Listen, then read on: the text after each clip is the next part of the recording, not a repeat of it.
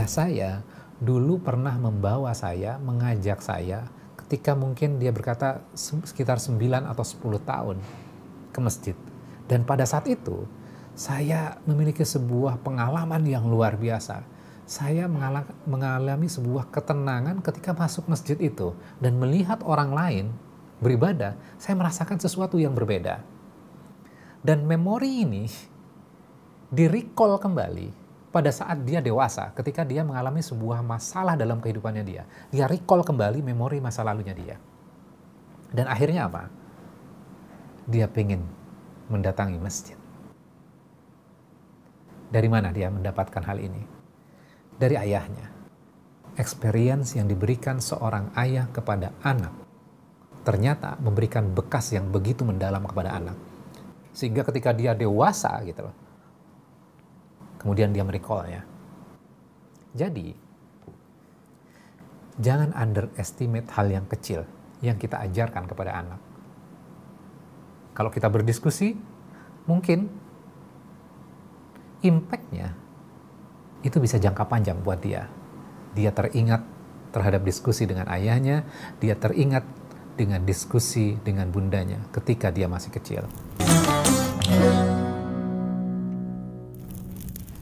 Assalamualaikum warahmatullahi wabarakatuh. Para sahabat Quran sekalian, apa kabar? Mudah-mudahan kondisinya sehat semuanya dan kita diberikan rahmat oleh Allah dan kita bersyukur atas nikmat apapun yang Allah berikan kepada kita. Nah, hari ini kita akan belajar satu bagian dari ayat terakhir di dalam surat Al-Baqarah. Saya baca ayatnya.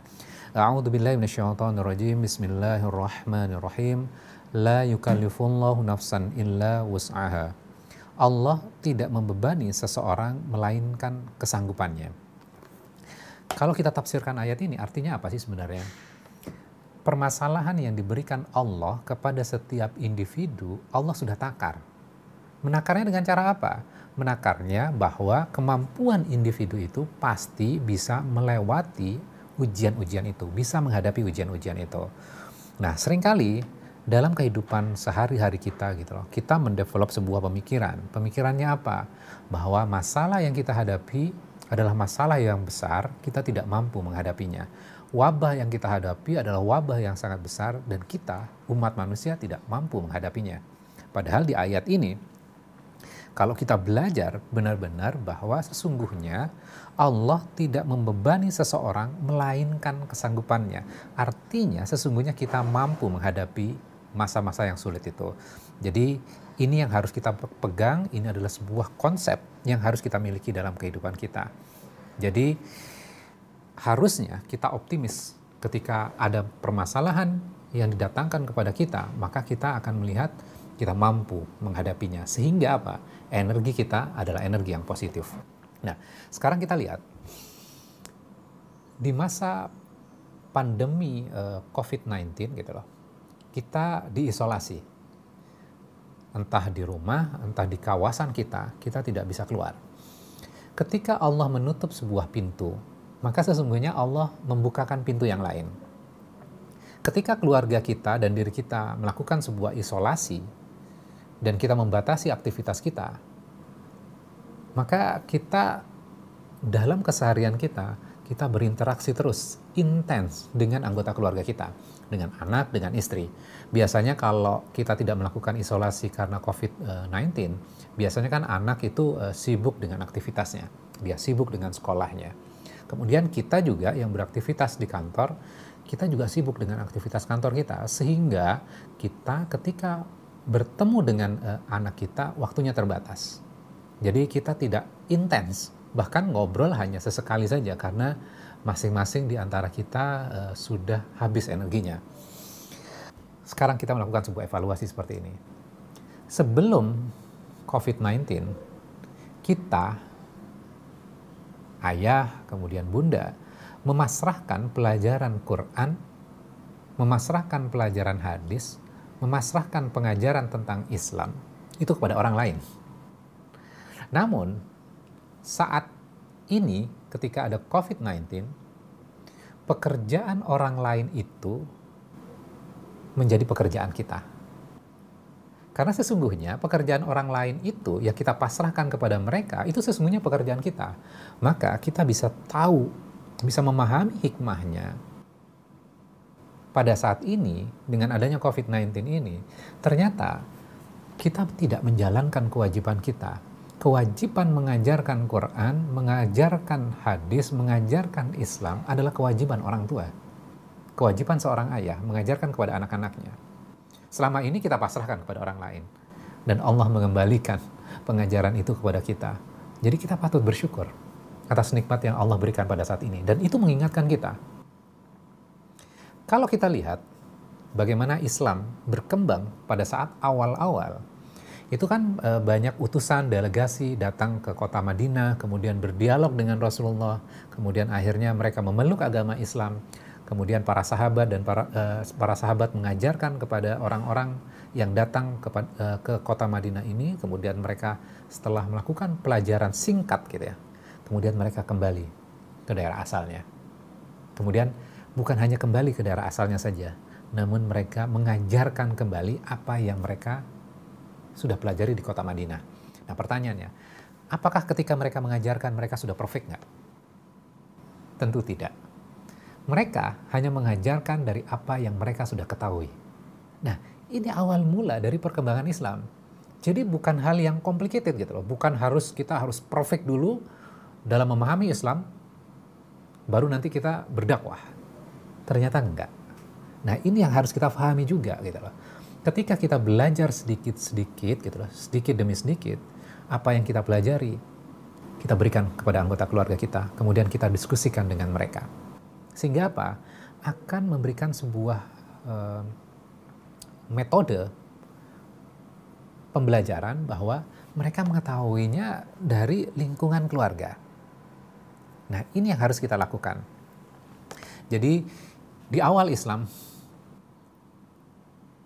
itu adalah sebuah metode yang kita bisa pelajari. Bagaimana di awal perkembangan Islam, metodenya adalah seperti ini. Oke. Mungkin dalam keseharian kita gitu loh, kita mendapatkan pengajaran dari orang lain, kemudian kita di kantor misalnya mendengarkan kajian, kemudian kita pulang, kemudian kita bawa oleh-oleh itu, kemudian kita diskusikan dengan anggota keluarga kita. Jadi, itu akan menjadi bekal buat anak-anak kita. Ketika dia bercerita dengan temannya, dia akan mengatakan, itu yang saya peroleh dari diskusi saya dengan ayah dan bunda saya. Jadi dia mendapatkan experience agama langsung dari orang tuanya. Dan ini akan menanamkan sebuah pemahaman yang cukup dalam. Dan bisa jadi memorinya akan panjang. Nah, ini ada sebuah cerita yang menarik. Ada seorang, dia beragama Islam, namun dia sudah lama meninggalkan ibadah sholat, ibadah puasa, kemudian dia memiliki sebuah bisnis yang tergolong bisnis yang haram. Dia menjual minum-minuman keras. Kemudian akhirnya pada sebuah titik gitu loh, saya tidak memperoleh ketenangan dengan berbisnis seperti ini. Saya mau berhenti. Saudara-saudara yang lain juga terkejut. Duh, kok bisa dia berubah sangat drastis dan pengen berhenti dari bisnis ini. Kemudian akhirnya dia teringat dari pengalaman yang dia peroleh dengan ayahnya. Ayah saya dulu pernah membawa saya, mengajak saya ketika mungkin dia berkata sekitar 9 atau 10 tahun ke masjid. Dan pada saat itu saya memiliki sebuah pengalaman yang luar biasa. Saya mengalami sebuah ketenangan ketika masuk masjid itu dan melihat orang lain beribadah, saya merasakan sesuatu yang berbeda.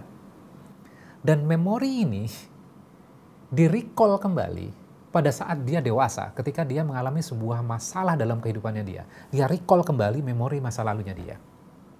Dan akhirnya apa? Dia pengen mendatangi masjid. Dari mana dia mendapatkan hal ini? Dari ayahnya. Experience yang diberikan seorang ayah kepada anak ternyata memberikan bekas yang begitu mendalam kepada anak. Sehingga ketika dia dewasa gitu loh, kemudian dia merecallnya. Jadi,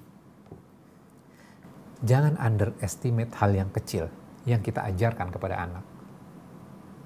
Kalau kita berdiskusi, mungkin impact-nya itu bisa jangka panjang buat dia. Dia teringat terhadap diskusi dengan ayahnya, dia teringat dengan diskusi dengan bundanya ketika dia masih kecil. Sekarang kita balik lagi. Apa sih sebenarnya hikmah dengan adanya COVID-19 yang menerpa, yang menimpa bukan hanya satu keluarga di sebuah negara, tapi di banyak negara? Hikmahnya apa? Rasulullah ketika ditanya, siapakah orang yang terbaik? Adalah orang yang baik kepada anggota keluarganya. Jadi bagaimana Rasulullah membalik sebuah paradigma? Kalau kita berbuat baik kepada orang lain, itu mudah. Kita berbuat baik kepada teman di kantor, itu mudah. Namun akhlak yang terbaik adalah kita berbuat baik kepada anggota keluarga kita. Jadi dimulai dari keluarga yang kecil. Ketika isolasi karena COVID-19, maka pengajaran keluarga itu dimulai dari rumah. Jadi di dalam rumah tangga ini, dalam keluarga ini, memperbaiki dirinya. Ada diskusi di situ, mempelajari, kemudian berinteraksi. Dan insya Allah setelah kita bebas dari COVID-19, maka dunia akan makin baik. Karena keluarga yang sudah memperbaiki dirinya ini, dia akan keluar dan memiliki impact buat orang lain. Dan ini luar biasa. Mudah-mudahan kita menjadi bagian dari rencana Allah ini untuk kita menjadi pribadi yang lebih baik lagi, menjadi keluarga yang lebih baik lagi, dan menjadi pribadi yang memiliki impact yang baik untuk lingkungan kita, baik lingkungan kerja, lingkungan sosial, lingkungan tetangga, maupun lingkungan keluarga besar kita. Mudah-mudahan Allah memudahkan untuk diri kita. Demikian, wassalamualaikum warahmatullahi wabarakatuh.